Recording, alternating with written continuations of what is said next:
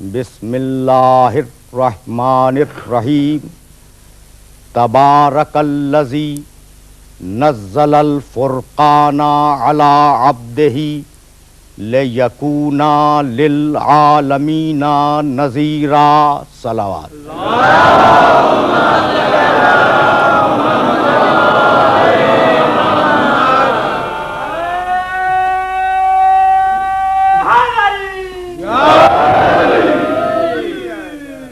عزیزان محترم،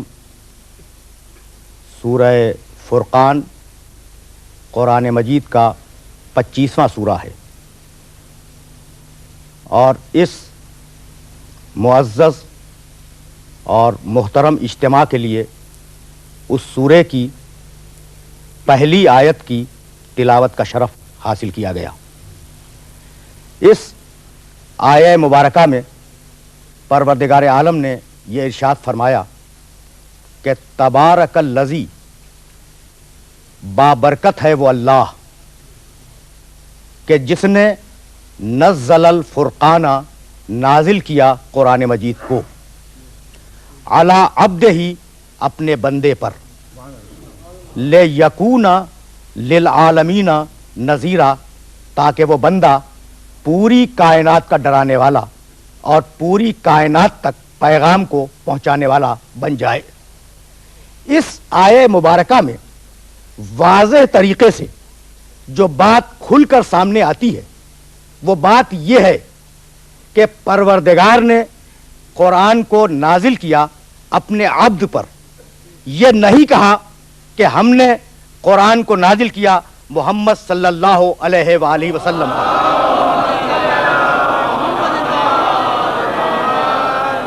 یہ نہیں کہا، یہ نہیں کہا کہ ہم نے قرآن کو نازل کیا رسول اللہ پر، یہ نہیں کہا کہ ہم نے قرآن کو نازل کیا خاتم النبیین پر، بلکہ پروردگار نے نزول قرآن کے لیے جس صفت کا انتخاب کیا وہ صفت رسالت نہیں تھی، وہ صفت ختم نبوت نہیں تھی، وہ صفت محمدیت نہیں تھی۔ آواز دی کہ ہم نے قرآن کو نازل کیا اپنے بندے اور اپنے عبد پر۔ یہ ہے مقام عبدیت،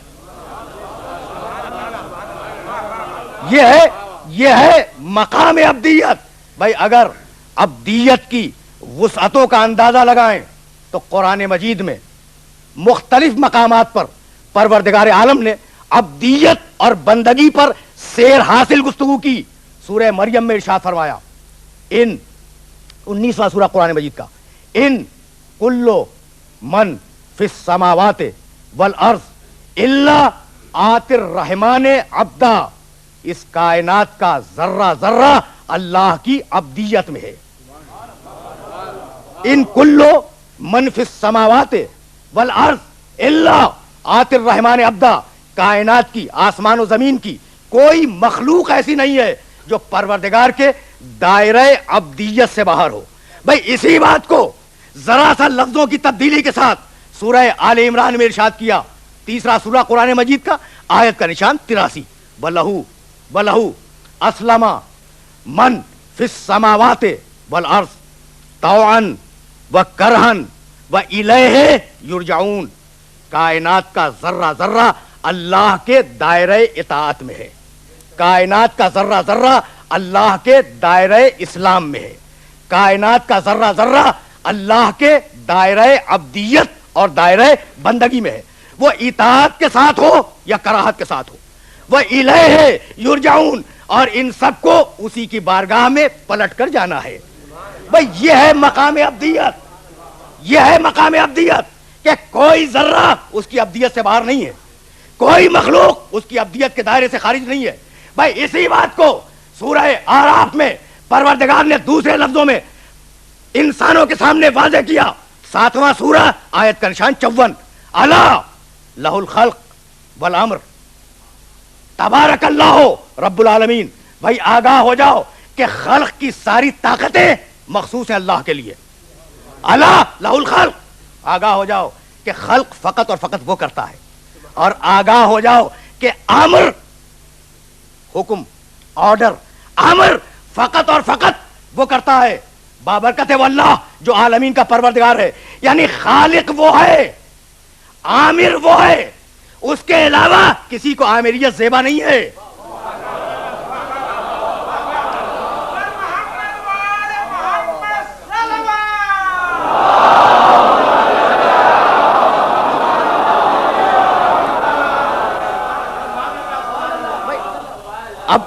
اب جبکہ فضاؤں کی گھٹن ختم ہو رہی ہے، اور اب جبکہ جمہوریت کے برگ و بار سرسبز ہو رہے ہیں، یہ بات زیادہ آسانی سے سمجھ میں آ سکتی ہے کہ خالقیت مخصوص ہے اس کے ساتھ، آمریت مخصوص ہے اس کے ساتھ. کسی کو حق آمریت پروردگار نے نہیں دیا بھائی، اپنے لیے امر کو مخصوص کیا. یعنی عامر وہ ہے، اب تم ہو. اگر یہ رشتہ سمجھ میں آ جائے تو بھائی ابدیت سمجھ میں آ جائے گی. وہ عامر مطلق ہے، تم اس کے بندے ہو. تم کس شان کے ساتھ اس کے بندے ہو؟ قرآن نے تمہاری تاریخ لکھی، قرآن نے تمہاری نفسیات پہ گفتگو کی، قرآن نے تمہارے فلسفہ حیات پہ گفتگو کی، قرآن نے تمہارے دلوں میں ڈوب کر، تمہارے دلوں کی گہرائیوں سے تمہاری تمناؤں کو نکال کر آیات قرآنی میں سمانے کی کوشش کی. بھائی سورہ والتین میں بھائی اگر انسان سمجھ میں آ گیا اور انسان کی سرنوشت سمجھ میں آ گئی تو مجھے ابدیت تک جانے میں آسانی ہو جائے گی. بھائی قرآن نے انسان پر گفتگو کرتے ہوئے سورہ والتین میں ارشاد فرمایا، بسم اللہ الرحمن الرحیم، والتین والزیتون والطور سینین وہذا البلد الامین لقد خلقنا الانسان فی احسن تقویم ثم رددناہ اسفل سافلین الا الذین آمنوا وعملوا الصالحات فلہم اجر غیر ممنون. قسم ہے درخت تین کی، انجیر کے درخت کی قسم، والزیتون قسم ہے زیتون کے درخت کی، درخت انجیر کی قسم، درخت زیتون کی قسم، والطور سینین قسم ہے کوہ طور کی، وہذا البلد الامین اور قسم ہے اس امانت والے شہر مکہ کی. امانت، وہذا البلد الامین قسم ہے اس امانت والے شہر مکہ کی. قسمیں کھائیں اور اس کے بعد اب جواب قسم میں ارشاد کیا، لقد خلقنا الانسان فی احسن تقویم، ہم نے انسان کو احسن تقویم میں بنایا، بہترین شکل دی، بہترین مزاج دیا، عناصر میں بہترین اعتدال قائم کیا. جو ممکن خوبیاں ہو سکتی تھیں وہ ساری کی ساری ہم نے انسان کو ودیعت کر دی. یہ ہے احسن تقویم. لقد خلقنا الانسان فی احسن تقویم، ہم نے انسان کو احسن تقویم بنایا. ثم رددناہ اسفل سافلین، اور پھر ہم ہی نے اس انسان کو اسفل سافلین کی طرف ڈھکیل دیا. بنایا تو احسن تقویم بنایا، ڈھکیلا تو اسفل سافلین میں ڈھکیل دیا. تو اب بچنا چاہتے ہو اگر اسفل سافلین سے، پستیوں سے، تاریکیوں سے، گہرائیوں سے، تو اب بچنے کا فارمولہ یہ ہے کہ الا الذین آمنوا وعملوا الصالحات، وہ جو ایمان لائے، جنہوں نے عمل صالح کیا، ہم انہیں پستیوں میں اور سافلین میں نہیں جانے دیں گے، ہم انہیں بچا لیں گے اور ان کے اجر کو مسلسل رکھیں گے. تو انسان احسن تقویم، انسان اسفل سافلین. یہ ہے سورہ 3. اور اب یہ تو انسان کے مزاج پہ گفتگو تھی نا، اور اب سورہ مومنون میں پروردگار نے انسان کے جسمانی تخلیق پہ گفتگو کی. لقد 23واں سورہ قرآن مجید کا، سورہ مومنون، لقد خلقنا الانسان من سلالۃ من طین ثم جعلناہ نطفۃ فی قرار مکین. ہم نے انسان کو مٹی کے سط سے خلق کیا، ہم نے انسان کو مٹی کے جوہر سے خلق کیا، اور پھر ہم نے اسے ایک معین جگہ پر منتقل کر دیا، اور پھر اس معین جگہ پر منتقل ہونے کے بعد وہ لوتھڑا بنا، جمع ہوا خون بنا، گوشت بنا، ہڈیاں آئیں. ثم انشأناہ خلقا آخر، اور پھر ہم نے اس میں ایک نئی مخلوق پھونک دی. فتبارک اللہ احسن الخالقین، پس بابرکت ہے وہ اللہ جو بہترین خلق کرنے والا ہے.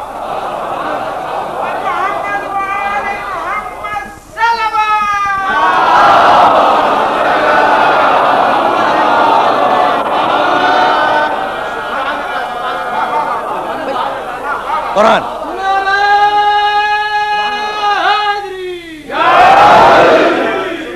اب دیکھیے، قرآن انسانیت کے سلسلے میں اپنے بیانات دے رہا ہے. انسان احسن تقویم، انسان اسفل سافلین، انسان مٹی کے سط سے نکالا گیا, انسان قرار معین میں رکھا گیا, انسان کو مختلف درجات سے گزار کر اس دنیا میں بھیجا گیا.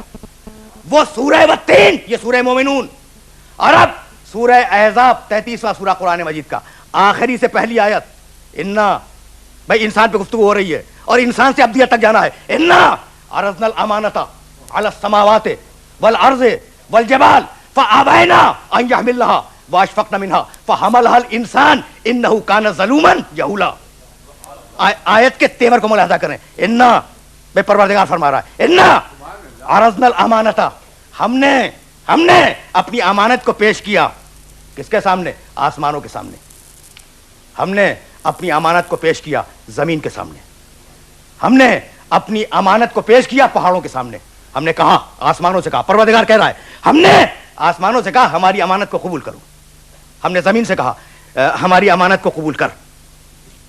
ہم نے پہاڑوں سے کہا ہماری امانت کو قبول کرو. فابینا ان یحملنها, آسمانوں نے انکار کیا. امانت کو قبول کرنے سے آسمانوں نے انکار کیا, زمین نے انکار کیا, پہاڑوں نے انکار کیا. واشفقن منها, اور یہ کہہ کے انکار کیا کہ پروردگار ہم اس بوجھ کو اٹھا نہیں سکتے. تو اگر جمادات میں کوئی سطح شعور نہ ہوتی,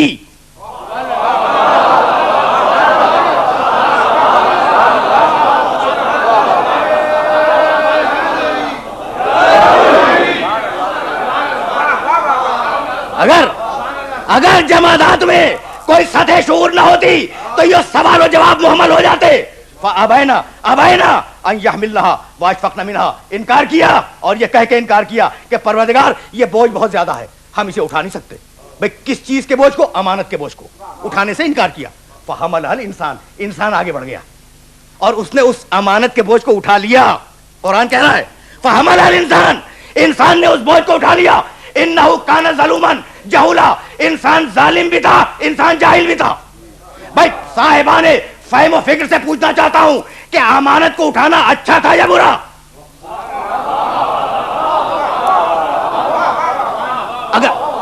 اگر برا تھا, اگر امانت کو اٹھانا برا تھا تو پروردگار نے یہ امانت پیش کیوں کی؟ اور اگر امانت کو اٹھانا اچھا تھا تو پروردگار نے انسان کی برائی کیوں کی, تعریف کیوں نہیں کی؟ کہہ دیتا انسان بڑا اچھا تھا, انسان بڑا اچھا تھا, انسان نے امانت کو اٹھا لیا. یہ نہیں ہے. فحملها الانسان, انسان نے اس امانت کو اٹھایا. انه کان ظلوما جہولا, انسان ظالم بھی تھا, انسان جاہل بھی تھا. تو یہ تعریف ہو رہی ہے یا مذمت؟ مذمت ہے نا بھائی. واضح لفظوں میں یہ جملہ مذمت کا جملہ ہے, لیکن خدا کی قسم وہ قرآن ہی کیا جو اپنے ہی دامن میں جواب نہ رکھے.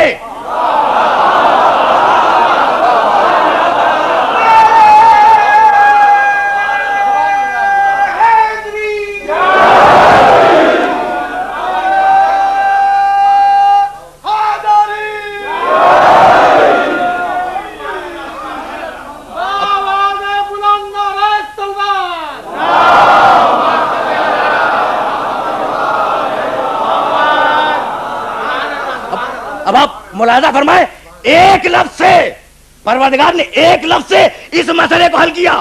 انہو کانا ظلوما جہولا, کانا کے معنی تھا, وہ ظالم تھا, وہ جاہل تھا. یعنی امانت اٹھانے سے پہلے وہ ظالم بھی تھا اور جاہل بھی تھا, اور ادھر امانت اٹھائی, ظلم عدالت سے بدلا اور جہالت علم سے بدل گئی.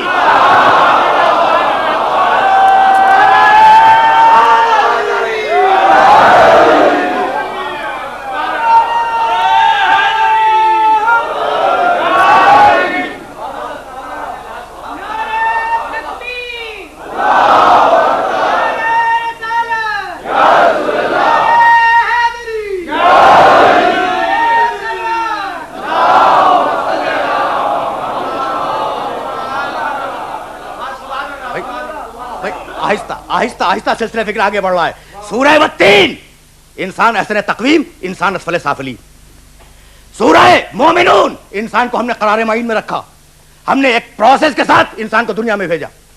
سورہ احزاب, انسان ظالم, انسان جاہل. اور اب انسان کا انجام سورہ والعصر, بسم اللہ الرحمن الرحیم, والعصر ان الانسان لفی خسر الا الذین آمنوا وعملوا الصالحات والتواصوا بالحق والتواصوا بالصبر. قسم ہے ڈوبتے ہوئے سورج کی، قسم ہے گزرتے ہوئے وقت کی، قسم ہے انسان کی ڈھلتی ہوئی عمر کی. والعصر، قسم ہے انسان کی ڈھلتی ہوئی عمر کی، قسم ہے اس گزرتے ہوئے زمانے کی جو غیر محسوس طریقے سے پوری کائنات پہ گزر رہا ہے نا. ان الانسان لفی خسر، پوری انسانیت خسارے میں ہے، پوری انسانیت گھاٹے میں ہے، ایک ایک انسان گھاٹے میں ہے، یعنی سب گھاٹے میں ہے نا. الا الذین آمنوا، مگر وہ جو کہ ایمان لائے، جنہوں نے عمل صالح کیا، جنہوں نے حق کا اعلان کیا، جنہوں نے صبر کا اعلان کیا، انہیں ہم خسارے سے بچا لیں گے. تو سورہ والعصر انسان خسارے میں ہے، انسان اسر تقویم، انسان اسفل سافلین، انسان ظلوم، انسان جہول، انسان خسارے میں. 5 لفظیں آ گئی ہیں آپ کے پاس. اور اب سورہ حلطہ میں آواز دی، بسم اللہ الرحمن الرحیم.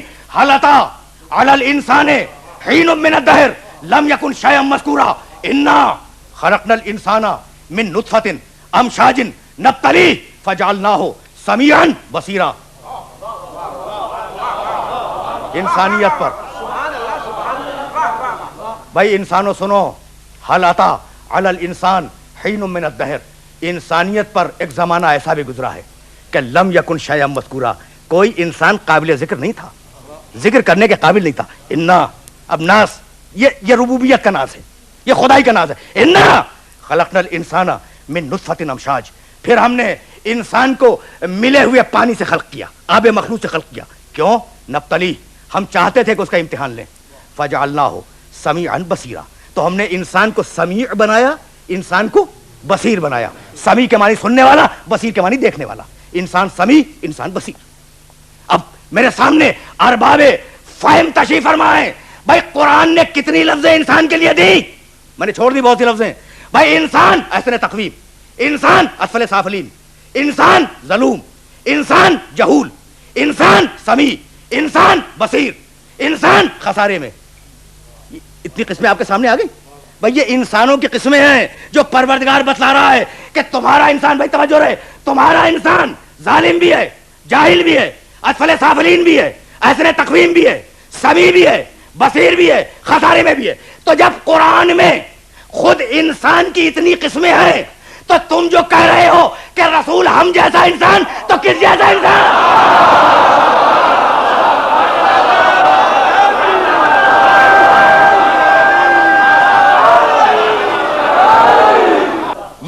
یہ ساری گفتگو آیات قرآنی کے حدود میں. جب اتنی قسمیں خود قرآن بیان کر رہا ہے کہ انسان ظالم بھی ہے، انسان جاہل بھی ہے، انسان احسن تقویم بھی ہے، انسان اسفل سافلین بھی ہے، انسان خسارے میں بھی ہے، انسان سمیع بھی ہے، انسان بصیر بھی ہے. تو جب اتنی قسمیں خود قرآن بیان کر رہا ہے تو تم نے جو کہا کہ بھائی رسول ہم جیسا انسان، تو کس جیسا ہے نا؟ تو بھائی تمہارے انسان اور ہیں، اس کا انسان اور ہے. تمہارے انسان اور ہیں، اس کا انسان اور ہے. وہ لوگ جو قرآن فہمی کا خصوصی ذوق رکھتے ہیں، اب ان کے لیے آیت پیش کر رہا ہوں. بھائی یہ تمہارے انسان ہیں جو ظالم بھی ہیں، جاہل بھی ہے، اسر تقویم بھی ہے، اسفل سافلین بھی ہے، خسارے میں بھی ہے. یہ تمہارے انسان ہے. اور اب اس کا انسان، بسم اللہ الرحمن الرحیم، الرحمن علم القرآن خلق الانسان علمہ البیان. اب قرآن مجید نے ایک تبصرہ کیا انسانیت پر. قرآن مجید نے جائزہ لیا انسانیت کا، اور ایک کلیدی لفظ پہ رک رہا ہوں، انا خلقنا الانسان. اب دیت تک جانا ہے. من نطفۃ امشاج نبتلیہ، ہم نے یہ طے کیا کہ ہم انسانیت کا امتحان لیں گے. کسی انسان کو امتحان سے ایگزمپٹ نہیں کریں گے، کسی انسان کو امتحان سے مستثنی نہیں کریں گے. پوری انسانیت کا امتحان لیں گے. نبتلیہ، بھائی غرض خلقت یہی ہے کہ انسان کا امتحان لیا جائے. غرض خلقت یہی ہے کہ انسان کا امتحان لیا جائے. تو پروردگار یہ تو طے ہو گیا کہ پوری انسانیت کا امتحان لینا ہے. اب اتنا بتلا دے کہ کن عنوانات پہ امتحان لے گا. بھائی وہ سبجیکٹس کیا ہیں، وہ عنوانات کیا ہیں جن پر امتحان لیا جائے گا؟ سورہ بقرہ میں ارشاد فرمایا، وَلَنَبْلُوَنَّكُمْ بِشَيْءٍ مِنَ الْخَوْفِ وَالْجُوعِ وَنَقْصٍ مِنَ الْأَمْوَالِ وَالْأَنفُسِ وَالثَّمَرَاتِ وَبَشِّرِ الصَّابِرِينَ الَّذِينَ اذا اصابتهم مصیبۃ قالوا انا للہ وانا الیہ راجعون اولئک علیہم صلوات من ربہم ورحمہ وَأُولَئِكَ هُمُ الْمُهْتَدُونَ. ہم امتحان لیں گے. وَلَنَبْلُوَنَّكُمْ, ہم امتحان لیں گے, تم سب کا امتحان لیں گے. بِشَيْءٍ مِّنَ الْخَوْفِ وَالْجُوعِ, خوف سے بھی امتحان لیں گے, بھوک سے بھی امتحان لیں گے. خوف ڈر, جوع بھوک, یہ دونوں لفظ ذہن میں رہے, کلیدی لفظ ہیں. ہم تمہارا امتحان خوف سے لیں گے, ہم تمہارا امتحان بھوک سے لیں گے. وَلَنَبْلُوَنَّكُمْ بِشَيْءٍ مِّنَ الْخَوْفِ وَالْجُوعِ وَنَقْصٍ مِّنَ الْأَمْوَالِ وَالْأَنفُسِ وَالثَّمَرَاتِ, مال کا ضائع جانا, جان کا ضائع جانا, اولاد کا تلف ہو جانا, ہم تمہارا امتحان لیں گے. تو امتحان کے بنیادی عنوانات تو سمجھ میں آ گئے نا بھائی. سب سے اہم دو عنوانات, خوف کا امتحان, بھوک کا امتحان. اب عرض کروں, امتحان لے گا خوف سے, امتحان لے گا